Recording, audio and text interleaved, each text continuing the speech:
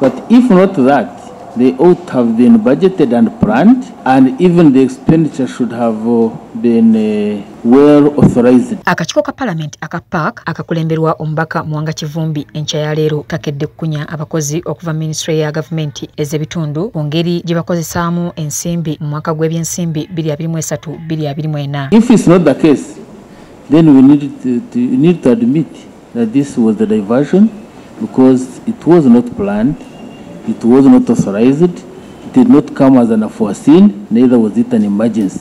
It ought to have been planned and budgeted and spent, authorized. Akakiiko kano kakizuula nga bwe waliwo programu 2 ezatumibwa nga zino zaali zigendereddwamu n'okuzimba obutale obuwerera ddala 11 wabula nga kizuuliddwa ng'ensimbi bazikozesa n'ezisigalawo kyokka bano ne baziteeka mu projekiti ez'enjawulo ezitaalina kukolebwa ababaka kye bayise olukujjukujju. Tell us how VAT was paid by government and in kind. You want an explanation that explain why it was over and above.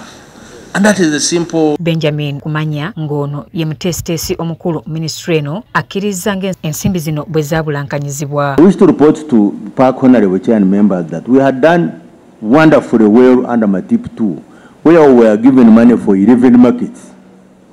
We managed the construction of 11 markets. We made a saving and built the 12th market, which is Kavari, from saving with authorization. Abakulu bano bateereddwa ku nninga okunnyonnyola ensimbi miliyoni za $64 kye zaakola wabula nga buteerere. All this happened because of a good record.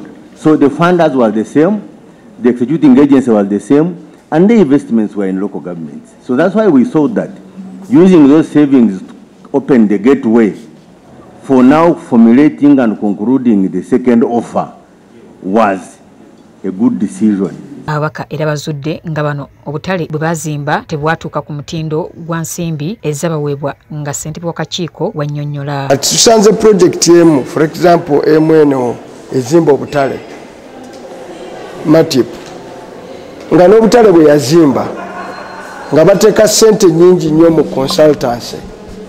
Batubazudde nga ssente eziri mu consultancy nnyingi naye nga n'obutale babudesigninga bubi nga n'emidaala si gye gisaanidde okuba nti gitundibwako ebintu ebitundibwako. Kivumbi ng'ali wamu n'ababaka balaze engeri ebitongole gye bitondawo pulogulaamu ez'enjawulo okwefunira ensimbi nga guno gwafuuka mulyo. Kayipu 1 beggwa nga bayimba kayipu 2 nga bakola kayipu 3 nga bakola simanya nidipu 1 bafuna amannya buli kaseera ne bagayiyayiya kyova obasanga katusanze project emu eri mu by'enguudo ne project endala eri mu agriculture wagita climate change smart agriculture naye egenda kukola enguudo naye nabano bagenda kukola ki enguudo ate waliwo ne ministry yaki ya works waliwo ne district naye ina works ki department kati byonna mayiyirizo gaki ga ssente.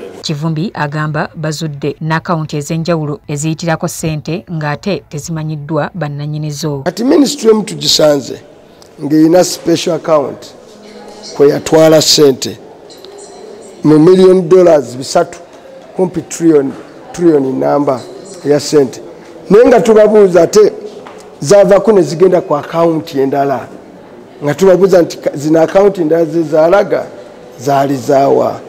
N'olwekyo project za ministry y'ebyobulamu zonna nfu. Bano basabye akadde okugenda okwetereza badde mu kakiiko kano era ne baweebwa paka olwokutaano luno okukomawo n'obujulizi. We want to trace that. In actual thing, that is money stolen. Chair, we shall trace that money. So if you give us chance, if we trace it and it's seen that it's not embezzled, then you can.